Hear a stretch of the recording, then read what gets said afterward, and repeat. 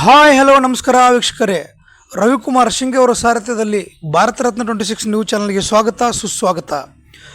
ವಿಜಯಪುರ ಜಿಲ್ಲೆಯಲ್ಲಿ ದ್ರಾಕ್ಷಿ ಬೆಳೆಗಾರರ ಸಮಸ್ಯೆಗಳ ಕುರಿತು ಕರ್ನಾಟಕ ರಾಜ್ಯ ರೈತ ಸಂಘ ಹಾಗೂ ಹಸಿರು ಸೇನೆ ಸಂಘಟನೆಯ ಕಾರ್ಯಕರ್ತರಿಂದ ಜಿಲ್ಲಾಧಿಕಾರಿ ಕಚೇರಿ ಎದುರು ಪ್ರತಿಭಟನೆ ಮಾಡಲಾಯಿತು.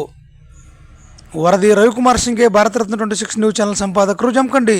ನಿರಂತರ ಸುದ್ದಿ ಮತ್ತು ಜಾಹೀರಾತಿಗೆ ಸಂಪರ್ಕಿಸಿ. Phone number 9964236674 Jamkhandi.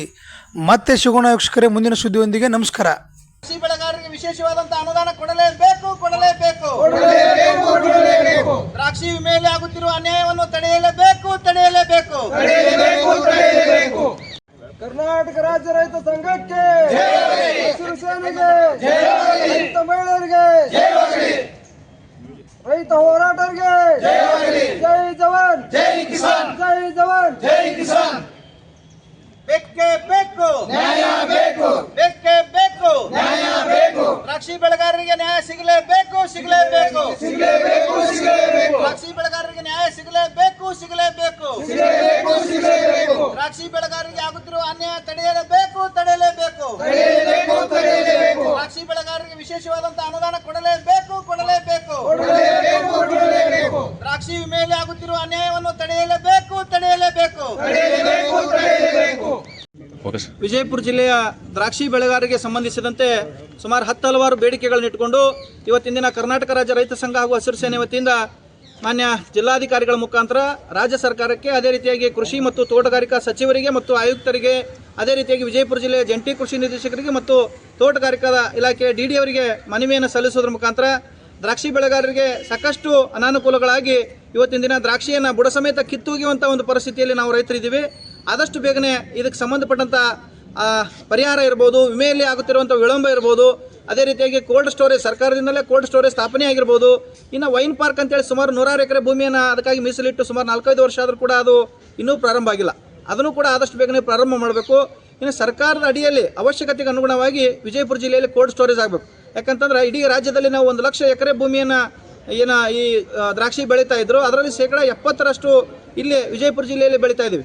ಅಂದರೆ ಸುಮಾರು 10ರಿಂದ 15 ಸಾವಿರ ರೈತರು ಈ ಕೃಷಿಯನ್ನು ಮತ್ತು ದ್ರಾಕ್ಷಿಯನ್ನು ಅವಲಂಬನೆಯಾಗಿ ನಾವು ಬದುಕ್ತಾ ಇದ್ದೀವಿ. ಅದರ ಜೊತೆಗೆ ಸಾವಿರಾರು ರೈತ ಕಾರ್ಮಿಕರು ಕೂಡ ಇದನ್ನು ಅವಲಂಬನೆಯಾಗಿ ಬದುಕ್ತಾ ಇದ್ದೀವಿ. ಆ ನಿಟ್ಟಿನೊಳಗೆ ಆದಷ್ಟು ಬೇಗನೆ ಸರ್ಕಾರ ದ್ರಾಕ್ಷಿ ಬೆಳೆಗಾರರಿಗೆ ವಿಶೇಷ ಅನುದಾನವನ್ನು ಮೀಸಲಿಟ್ಟು ಈ ದ್ರಾಕ್ಷಿ ಮತ್ತು ಮನುಕನ್ನು ಬೆಂಬಲ ಬೆಲೆ ಕೊಟ್ಟು ಖರೀದಿ ಮಾಡಬೇಕು. ಅದೇ ರೀತಿಯಾಗಿ ಮಕ್ಕಳ ಬಿಸಿಯೂಟಕ್ಕೆ, ಮಧ್ಯಾಹ್ನದ ಬಿಸಿಯೂಟಕ್ಕೆ ಕೂಡ ಈ ಮನುಕನ್ನು ತಾವು ಕೊಡಬೇಕಂತೇಳಿ ಆಗ್ರಹ ಮಾಡ್ತಾ ಇದ್ದೀವಿ. ಇನ್ನು ಇದರಲ್ಲಿ ಒಂದು ಮೋಸ ನಡೀತಾ ಇದೆ ಅಂಥೇಳಿ ಈಗಾಗಲೇ ನಾವು ಹಲವಾರು ಬಾರಿ ಆರೋಪ ಮಾಡ್ತಾ ಇದ್ದೀವಿ. ಅಂದರೆ ಯಾರ್ಯಾರು ದ್ರಾಕ್ಷಿ ಇಲ್ಲದೇ ಕೂಡ ದ್ರಾಕ್ಷಿ ಬೆಳೆಯಲ್ಲಿ ತುಂಬಿ ಅಂಥೇಳಿ ವಿಮೆ ತುಂಬಿ ಅಲ್ಲಿ ಬ್ಯಾನರ್ ಇಟ್ಟು GPS ಫೋಟೋ ಮಾಡಿ ಅವರಿಗೆ ಲಕ್ಷಾಂತರ ರೂಪಾಯಿ ಹಣ ಮಾಡಿರೋದಂದು ಈ ಅಧಿಕಾರಿಗಳು ಶಾಮೀಲಾಗಿರೋದು ಕೂಡ ನಾವು ನೋಡ್ತಾ ಇದ್ದೀವಿ.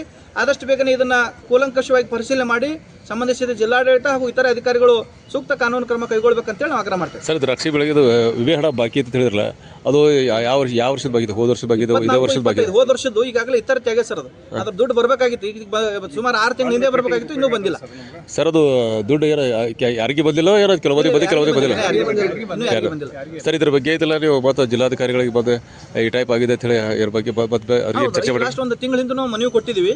ಇದು 2ನೇ ಸರ್ತಿ ಕೊಡ್ಲಾಕತ್ತೀವಿ. ಇನ್ನು 15 ದಿವಸನಾಗ ಅವ್ರು ಕೊಡ್ಲಿಲ್ಲಪ್ಪ ಅಂತಂದ್ರೆ ನಾವು ಎಲ್ಲ ವಿಜಯಪುರ ಜಿಲ್ಲೆ ದ್ರಾಕ್ಷಿ ಬಾಂಧವರು ಎಲ್ಲರೂ ಕೂಡ್ಕೊಂಡು ದೊಡ್ಡ ಮಟ್ಟದ ಹೋರಾಟ ಮಾಡಿ ಏನು ಜಿಲ್ಲಾಧಿಕಾರಿಗಳ ಕಚೇರಿ ಮುಂದೆ ಉಗ್ರವಾದ ಹೋರಾಟ ಮಾಡ್ತೀವಿ ಅಂತ ಹೇಳಿ ಈ ಸಂದರ್ಭದಲ್ಲಿ ಎಚ್ಚರಿಸ್ತೀವಿ. ಸರ್, ಹೆಸರು ಹೇಳ್ರಿ? ಸಂಗಮೇಶ್ ಸಾಗರ್, ಕರ್ನಾಟಕ ರಾಜ್ಯ ರೈತ ಸಂಘ ಹಸಿರು ಸೇನೆ, ವಿಜಯಪುರ ಜಿಲ್ಲಾಧ್ಯಕ್ಷ. ನಾವು ದ್ರಾಕ್ಷಿ ಬೆಳೆಗಾರರು ಈಗಾಗಲೇ ರೀ ಮಣ್ಣಕ್ಕೆ ಏನೈತಿ 75% ಬೆಳಿತೀವಿ ರೀ. ನಾವು ದ್ರಾಕ್ಷಿ ಆಲ್ರೆಡಿ ಎಲ್ಲ ನಾವು ಕಾಸ್ಕೊಂಡ್ ಕಳಿಸ್ತೀವಿ.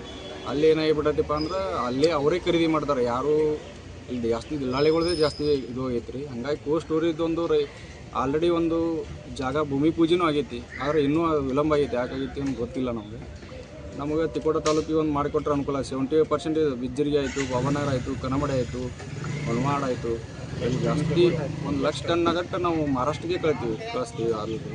ಆದ್ರೆ ಅಲ್ಲೇ ಏನಾಗ್ಬಿಟ್ಟೈತೆ ಅಂದ್ರೆ ದಲ್ಲಾಳಿಗಳು ಜಾಸ್ತಿ ಐತೆ, ಅವ್ರದ್ದೇ ರೇಟ್ ಅವರು ಫಿಕ್ಸ್ ಮಾಡಿದ್ದೇ ರೇಟ್ ಆಗೈತಿ ಒಂದು. ಆದ್ರೆ ನಮ್ಮ ಪ್ರಕಾರ ಯಾರೂ ಮಾಡೋಂಗಿಲ್ಲ. ಅವರು ಏನು ಮಾಡ್ತಾರೆ, ನಮ್ಮ ಕಡೆ ರೈತರಿಂದ ತೊಗೊಂಡು ಆಮೇಲೆ ಅವರು ಜಾಸ್ತಿ ರೇಟ್ ಮಾಡ್ಕೋತಾರೆ, ನಮ್ಮ ಕಡೆ ಕಡಿಮೆ ರೇಟಿಂದ ತೊಗೊಂಡು. ಆದಷ್ಟು ಬೇಗ ಒಂದು ಕೋಲ್ಡ್ ಸ್ಟೋರೇಜ್ ಆಗ್ಬೇಕಂತೇಳಿ ನಾವು ಮನವಿ ಮಾಡ್ಕೋತೀವಿ ನಮ್ಮ ಅಧ್ಯಕ್ಷರ ವತಿಯಿಂದ. ನಾಯಕರುಗಳಲ್ಲಿ ಹೆಸರು ಹೇಳ್ರಿ? ಈಶ್ವರ್ ಇಳಜೇರಿ. ತಿಕೋಟ ತಾಲೂಕಿನ ಪೈಕಿ ಕನಮಡಿ ಅಥವಾ ಬಾಬಾನಗರ, ಬಿಜ್ಜರಿಗೆ ಅಂದರೆ ಇಷ್ಟರೊಳಗಾಗಿ ಒಂದು ಕೋಲ್ಡ್ ಸ್ಟೋರೇಜ್ ನಮಗೆ ಅವಶ್ಯ ಬೇಕಾಗೈತಿ. ಅದಕ್ಕೆ ದಯಮಾಡಿ ನಮ್ಮ ಮುನ್ನೂಕ ಏನು ಮಾಡ್ತಾರಲ್ರಿ ಇಡ್ಲಾಕ ನಮಗೆ ಅವಶ್ಯ ಬೇಕಾಗೈತಿ, ಅದು ಅನಿವಾರ್ಯ ಪರಿಸ್ಥಿತಿ ಐತಿ.